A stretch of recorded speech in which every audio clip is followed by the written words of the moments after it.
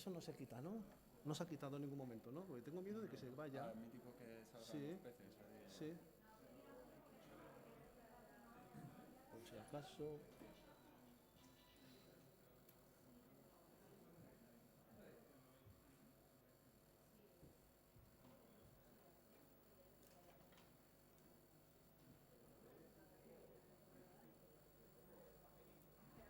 A ver, creo que es de arrimarse mogollón estos. Sí, no te preocupes. A ver, señor David. Yo voy a comenzar así, tal cual, como está esto, ¿vale? En 2 minutos. O sea, pues te digo, o sea, y tú como yo. Yo te digo a ti, pero seguro que soy yo golpe con mi hermano anterior, seguro. Nah, Ni a mis padres. nah.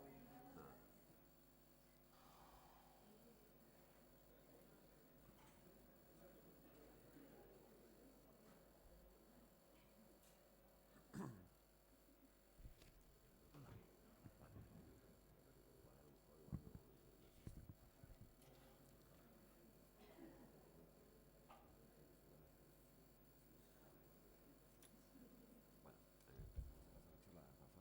Bien, ¿Cómo? cuando veáis. Vamos, ¿no? O Sí. sea, lo leo así. Sí, sí. A ver, esto. ¿Se puede poner así? Sí. Voy a apagar el móvil. Un Yo segundito. voy a poner silencio.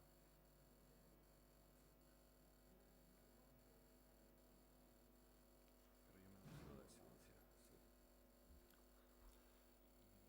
silencio. Buenas tardes a todos y a todas. Agradeceros vuestra presencia. Un servidor, me llamo Pedro, soy vicepresidente de la Asociación Gitana por el Futuro de Guipúzcoa. Tengo el gusto de presentaros a unos compañeros que tengo aquí a mi derecha, empezando por la derecha. Es Rafael Jiménez, es miembro también de la Junta Directiva por el Futuro de Guipúzcoa. El ponente de la charla es David Martín, que forma también parte del programa de intervención social que está llevando a cabo en el territorio de Guipúzcoa. Además es historiador y lleva a cabo numerosas investigaciones acerca del pueblo gitano. Recientemente ha sido premiado con la beca de Koldo Mitxelena del Ayuntamiento de Rentería para realizar una investigación histórica acerca de ese municipio de Rentería. Decir que la asociación lleva varios años realizando una labor de recuperación de la memoria histórica del pueblo gitano. El año pasado tuvimos el gusto de estar aquí también tratando un tema también bastante delicado. El tema fue los gitanos y gitanas en la guerra civil. Este es el segundo año consecutivo que celebramos las jornadas de difusión de la cultura e historia gitana. En esta ocasión vamos a hablar del porracmos, que significa en caló holocausto. Holocausto y la persecución gitana en la Segunda Guerra Mundial. A continuación se va a proyectar una película a través de la cual son testimonios que aparecen en las mismas y vamos a ver la realidad que tuvieron un grupo de gitanos en esa época. Espero que les guste la proyección y una vez finalizada pasaremos a la ponencia de David Martín. Pues muy bien, como ha dicho Pedro, vamos a hablar hoy de... ¿Se me oye bien, no? Sí, perfecto. Vamos a hablar hoy de los gitanos durante el Holocausto y para introducir este tema hemos escogido un documental que aquí no creo que se haya proyectado. Concretamente es un documental sobre los gitanos en la Italia fascista, ¿no? Cuando entran las tropas nazis en Italia y cómo allí donde iba avanzando el nazismo se iban aplicando las mismas políticas que se llevaban en Alemania. Entonces, este es un ejemplo de lo que sucedió en Italia con estos gitanos. Pues bien, vemos este pequeño documental que dura unos 20 minutos y después procedemos a la charla coloquio. Muy bien, muchas gracias.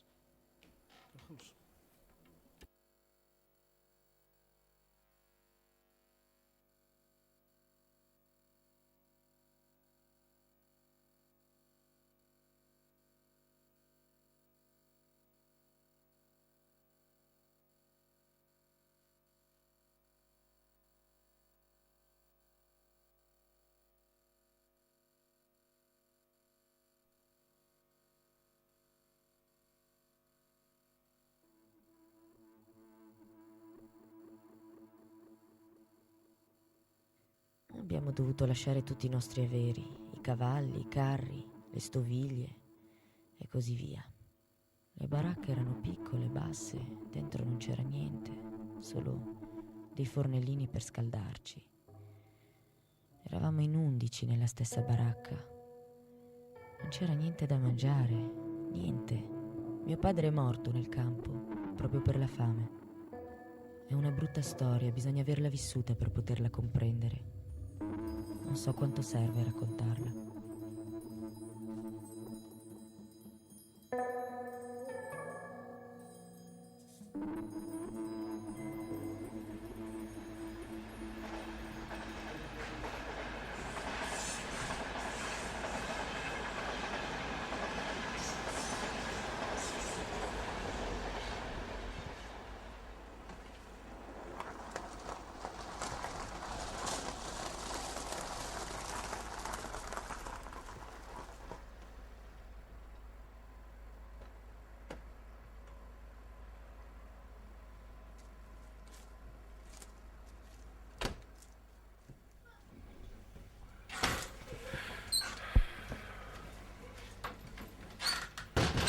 Saciamico. ¿Tu mensa? Vamos, como había dicho al inicio, este documental se centra en los Rom y los Sinti, los gitanos que estaban en Italia. Y simplemente vamos a ir haciendo ahora un poco el recorrido cómo llegó esto a Italia. Esto venía de la Alemania nazi, cómo empezó todo y un poco cómo está la situación actual con el reconocimiento de estas víctimas y demás. Bien, la comunidad judía ha hecho que a través del cine, a través de la literatura, a través de los estudios, que no nos olvidemos del holocausto que sufrió el pueblo hebreo. Sin embargo, no es hasta los años 60 cuando en Alemania se empieza a reconocer la persecución que tuvo el pueblo gitano, también como los comunistas, los homosexuales, como otros grupos. Sin embargo, estos eran perseguidos por motivos raciales. Hay una gran discusión sobre esto último que acabo de decir y grandes historiadores, Ian Hancock se enfrenta a otro, a Gunther Lewy, que de un lado dicen que no fue exactamente una persecución racial, sino que simplemente era librar a Alemania de una agente asocial peligrosa. Sin embargo, tal y como hemos visto en el vídeo, vemos como ya solo el mero hecho de decir que a través de los genes gitanos pues, se transmite el querer robar, el ser antisocial, pues ya estamos hablando de meter en un mismo grupo de herencia racial, por lo tanto racismo. Bien, también hemos ido viendo que es difícil reconstruir una historia de los gitanos, difícil pero necesaria. Los gitanos nunca todavía no quieren hablar como lo digo porque lo han dicho en el vídeo, no quieren hablar de los muertos. Es una cuestión que pues se mantiene todavía. ¿Qué es lo que ocurre con los supervivientes, tal y como se decía? No tienen derecho ellos a tener un conocimiento de lo que sus antepasados sufrieron o no sufrieron, porque parece que siempre hablamos de una historia de persecución. ¿Y sabéis por qué? Porque da igual que hablemos de la guerra civil, del holocausto o de la guerra medieval. Siempre nos informamos de las fuentes perseguidoras, De hecho, si queremos estudiar algo de los gitanos en la Edad Media, recurrimos a la Inquisición, a los pleitos. No tenemos esa otra fuente que pueda contrastarnos, que nos diga cómo vivían. Pues no, ocurre lo mismo como si queremos estudiar en la Edad Media la gente de pueblo, la gente sencilla. Solo nos quedan los pleitos, las actas y de los que mandan. Pues con los gitanos todavía es peor. Ellos han transmitido y lo pueden... Luego podéis preguntárselo a mis compañeros siempre de forma oral, su historia. ¿Qué ocurre cuando en momentos como los de ahora pues hay... No es que no haya un interés menor, igual, ¿no?, de los jóvenes de conocer su historia. Si no la recogemos ahora, esto se va a perder. Bien, avanzo para no... Bueno, como decíamos, se ha negado muchas veces que haya sido un exterminio racial, que se compare el holocausto gitano con el holocausto judío. Incluso los propios judíos han llegado a decir que es una difamación, que no tiene nada que ver. O sea, que ya por cifras, estamos diciendo aquí que apuntaban 500.000, que fueron los exterminados, comparado con los 6 millones, creo que dicen, de judíos. Pues bueno, no es nada, pero también hay que comparar los porcentajes de la población gitana y judía que había en aquel momento, allí donde avanzaron los nazis. Porque esa es otra de las hipótesis, que no siempre gusta escucharla y que no sabemos y que nos preguntamos.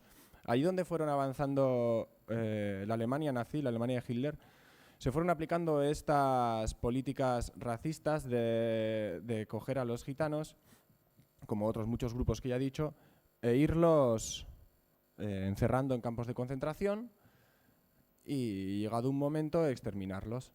¿Qué hubiera pasado si en aquella famosa cita que tuvieron a ciegas nuestro querido Francisco Franco y nuestro también querido Hitler, se hubieran puesto de acuerdo y a Hitler lo hubieran dejado Marruecos y bueno, lo que sea? ¿Qué hubiera pasado si Alemania se hubiese puesto de acuerdo con España en aquel momento? Pues no sabemos qué hubiera pasado con los gitanos, porque igual no, pero lo mismo pasó en Rusia, pasó en Italia, como habéis visto, pasó en Bélgica, pasó en Francia, pasó en Austria. Ahí lo dejamos. ¿Qué pasaba con los gitanos en la Alemania de nazi? Pues que no tenían la misma excusa o argumento que con los hebreos, con los judíos, porque aunque lo quisieron negar, tuvieron que reconocer que los gitanos, oh sí, sorpresa, eran arios. Entonces no tenían esa excusa, no podían decir que era una raza que iba a ensuciar la suya, la aria, porque lo quisieron negar, pero no podían ni negar lo innegable. En aquella época estaba muy en boga el tema de la eugenesia y de crear una raza, la positiva y la negativa. La positiva era la eugenesia, que hacía que creamos una raza mejor, menos enfermedades, menos gente extraña, ¿no? ¿Para qué vamos a tener gente con síndrome de Down, con tal, con cual? Todos rubios y bien hechos, como era Hitler, ¿no? Y con los gitanos no podían hacerlo. Entonces, ¿qué decidieron hacer? Hacer estudios, que esto es lo más escabroso, hacer estudios genéticos a los propios gitanos. Porque una de las personas que han mencionado aquí, Himmler, fue un fanático de los gitanos. O sea, él quiso estudiarlos y dijo, espera, Adolfo, no vamos a matar a todos. Lo que vamos a hacer es, vamos a ver quiénes son los verdaderos gitanos puros y aquellos que infectan nuestras calles, que son los que son mezclados. Entonces, haciendo estudios, determinaron que no tenían sangre europea, sí aria, entonces hicieron como varias clasificaciones. Los ZM+, que tenían más sangre aria, los ZM-, que tenían menos, y los ZM, que ya eran pues gitanos mezclados. Entonces, en un principio, lo que se hizo fue ir encerrando a estos ZM y a estos ZN-. Al final, a Himmler pues le truncaron su juego de Dios que él quería hacer, de seleccionar y quedarse con un prototipo que no lo sé para qué lo quería, a ese gitano puro.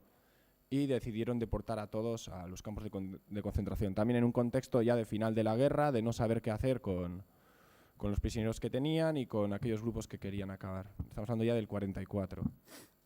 Bien, retrocedamos un poco a lo que había pasado antes de que estallara la Segunda Guerra Mundial. Bueno, igual todas estas cosas que voy diciendo nos vienen sonando, salvando mucho la distancia, a cosas que oímos de vez en cuando en la televisión. Bueno, ya en 1905 una recopilación de estudios pues hablaba de la superioridad de la raza alemana y del peligro de la mezcla con razas inferiores. Y ahí ya se menciona a los gitanos. En 1920 califican a los gitanos como una enfermedad genética en la sociedad. Ese mismo año se prohíbe a los gitanos entrar en parques y baños públicos. Sí, esto lo conocemos, por ejemplo, en la Norteamérica de esta misma época o incluso posterior, pues cómo hacían con los negros. Pero bueno, es que de los gitanos oímos todavía menos porque no salimos ni en los cines, ¿no?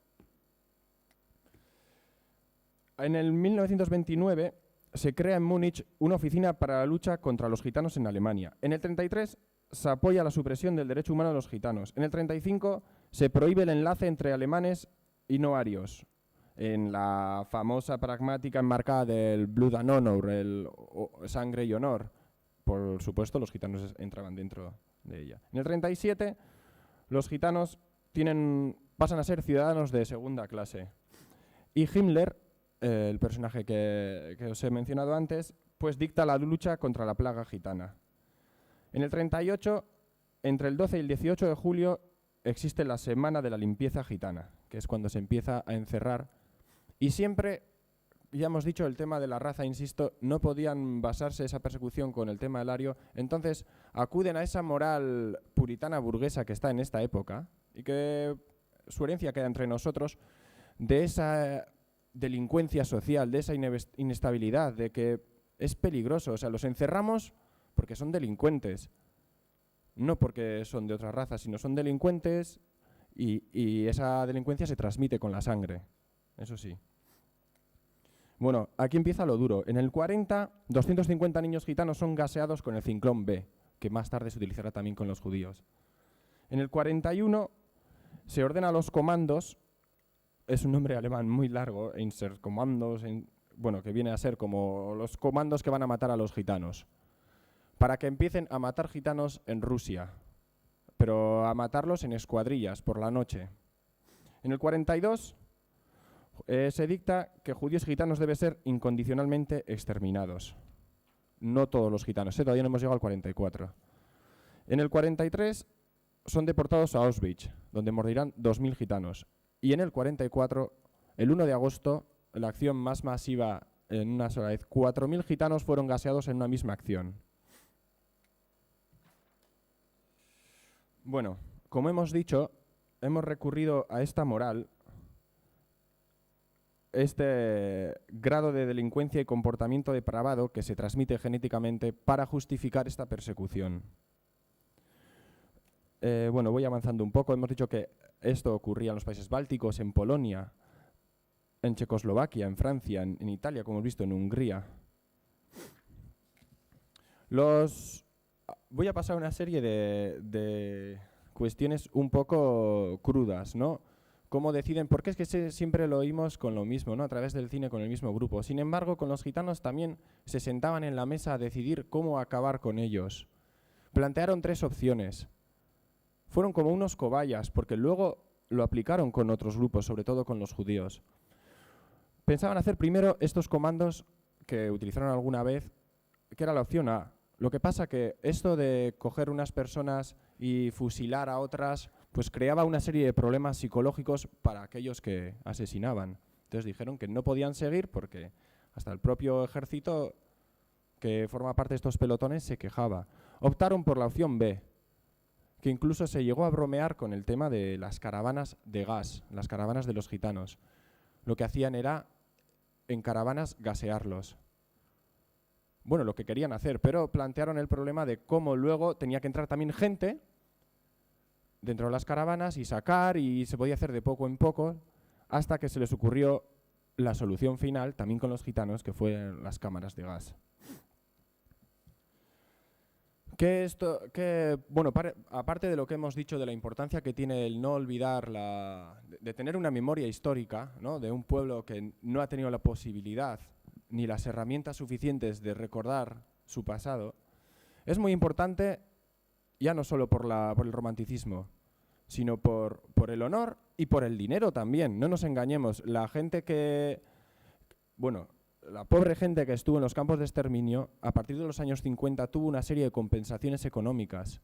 En Nuremberg se dictaron una serie de compensaciones y de leyes las víctimas y familiares podrían llegar a cobrar una indemnización por el trato recibido. Los gitanos no recibieron esta indemnización. Hay varias causas. Primero, porque no se reconocía como genocidio o como exterminio. Simplemente eran delincuentes comunes y se hacían en grupo. Hay un artículo de Ana María Dolores Mendiola, que aunque tenga este apellido tan nuestro y de aquí, vive en Norteamérica.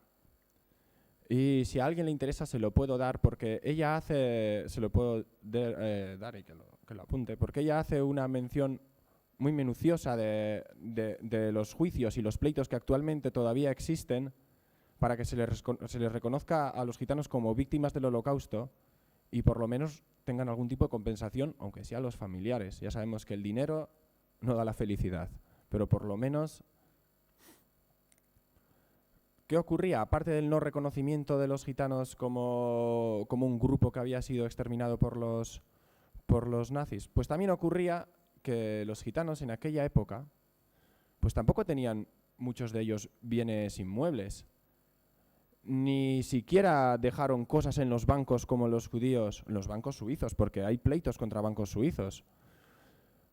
Todas sus pertenencias. A los gitanos entraron en sus viviendas, en sus caravanas, les quitaban lo que ellos tenían, que es en el oro. Los gitanos tenían mucho oro. Ese oro se lo quedaron hoy en día los bancos suizos. Bueno, en aquel momento, y lo tienen hoy en día los bancos suizos. Por no hablar de las pertenencias, los animales. Bueno, esto es un tema que es de rabiosa actualidad, el tema de las indemnizaciones, de una negación de los fondos de restitución. Bien. Luego, voy a ir finalizando porque yo creo que lo más importante lo hemos visto en el vídeo. Pero es que todavía, si se puede, más escabroso aún, es que con los gitanos realizaron experimentos en los campos de concentración. Aparte de... Siempre parece que ha habido alguien que de alguna manera ha querido estudiar a los gitanos, pero en manera negativa. En este caso, aparte de Himmler, que es el que los quería defender, había un tal doctor Ritter, y no sé si habéis fijado en las fotos que salían en el vídeo, una chica que salía como midiendo a una gitana, que se llamaba Eva Justin, la cual hizo una tesis doctoral pues acerca de la raza de los gitanos. Bueno, ya hemos comentado al inicio de que los estudios de la eugenesia en aquel momento, a principios del siglo XX y hasta mediados, pues estaban en boga, ¿no? Era como algo muy interesante entre los científicos del momento. Entonces, aparte de hacer estas ZMs diferenciadoras, por a ver quién es más gitano que el otro, para ver a quién salvamos, quién es más puro, quién va a contagiarme más con delincuencia que el otro, pues también hacían experimentos a niños gitanos, exactamente a gemelos, concretamente, perdón. Entonces, aquí aparece la figura de un señor que nos sonará mucho también, aparte de este señor Ritter, que es el doctor Mengele. El doctor Mengele corría a ver, cuando llegaban las caravanas de los deportados gitanos, a ver si encontraba gemelos, porque quería hacerles pruebas. Bueno, es que hay una serie de testimonios bastante duros, pero lo que quería era, a través de los ojos, hacer una serie de comprobaciones si la genética se transmitía solo con los gemelos, solo los que tenían el color de los ojos de un determinado color. Y tenía una doble personalidad este Mengele. Incluso algunos de los niños gitanos que él estudiaba le llamaban tío. Hay testimonios. Porque los protegía de alguna manera hasta que conseguía hacer los experimentos. Les daba chucherías, los trataban mejor. Bueno, hay que recordar que en los campos de concentración los gitanos eran los únicos que estaban en los barracones con toda la familia, porque ningún otro prisionero quería que se juntara con ellos. Entonces los gitanos estaban en unos barracones todos juntos y los demás estaban, pues, hombres en un lado, mujeres en otro, no gitanos. Bueno, estos niños, hay una serie de testimonios, como por ejemplo, avisamos que son fuertes y son más que nada porque son verídicos. El doctor Mengele mató a un cierto número de gitanos porque tenían los ojos de un determinado color. Envió los ojos a un instituto de Berlín. Esterilizó entre 120 y 140 muchachas gitanas, que las había traído desde Auschwitz. Bueno, luego existe una serie de, que si a alguien también le interesa se lo puedo dejar, porque me parece que no es muy agradable tampoco leer los testimonios. También se les utilizó, no solo a los niños, sino como a otros prisioneros comunes, pues para hacer las pruebas militares, a ver cuánto resistían bebiendo solo agua de sal. En el caso de que un paracaidista cayera en el mar, pues para saber cuánto podía resistir. Pues esto hicieron con los gitanos también. Entonces esta es la parte más macabra de todo el holocausto gitano. ¿Qué es lo que ocurre después de la Segunda Guerra Mundial? Cuando entran los aliados en los campos de exterminio, los gitanos no saben muy bien qué hacer. No son recibidos por sus familias que habían logrado escapar en Estados Unidos, en Israel, incluso en España. No sabían muy bien qué hacer. De hecho, en los años 50, el gobierno alemán, paradójicamente, se acoge a las leyes de los años 20 para decir que eran gente asocial. Que aquel gitano que no pudiera probar la pertenencia a un oficio o un domicilio fijo, ni siquiera era alemán. O sea que un motivo más para no poder cobrar las compensaciones económicas, porque muchos de ellos pasaron a ser apátridas. Hay que recordar que los pocos documentos o documentos que tendrían en su momento les desaparecieron, no lo habían guardado en ningún sitio. Esto ha pasado, como hemos dicho, que ha sido tan fuerte que hasta los años 60 el propio gobierno alemán no ha reconocido que hubo una persecución a los gitanos en Alemania. Continuamos un poco en Europa y ya en el siglo XX pues han sido víctimas de muchos conflictos bélicos. Ya el UCK, el Ejército de Liberación de Kosovo,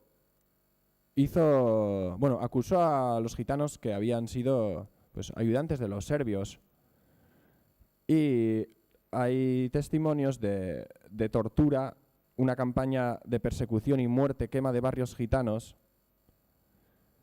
La mayoría de los albaneses de Kosovo parecen encantados porque la mayor parte de los gitanos de la región, quizá unos 80.000, hayan huido a partir de esta persecución. Bueno, en la República Checa y antes en Eslovaquia ha habido esterilizaciones durante los años 80 en Checoslovaquia. Incluso, así como hicieron en Berlín 36, cuando los gitanos fueron desplazados para acondicionar la ciudad olímpica, hubo algo parecido en Barcelona 92. Y bueno, no quiero desviar ya la ponencia con lo que ha sido el Holocausto por lo siguiente que voy a argumentar, que es el tema que está ahora en los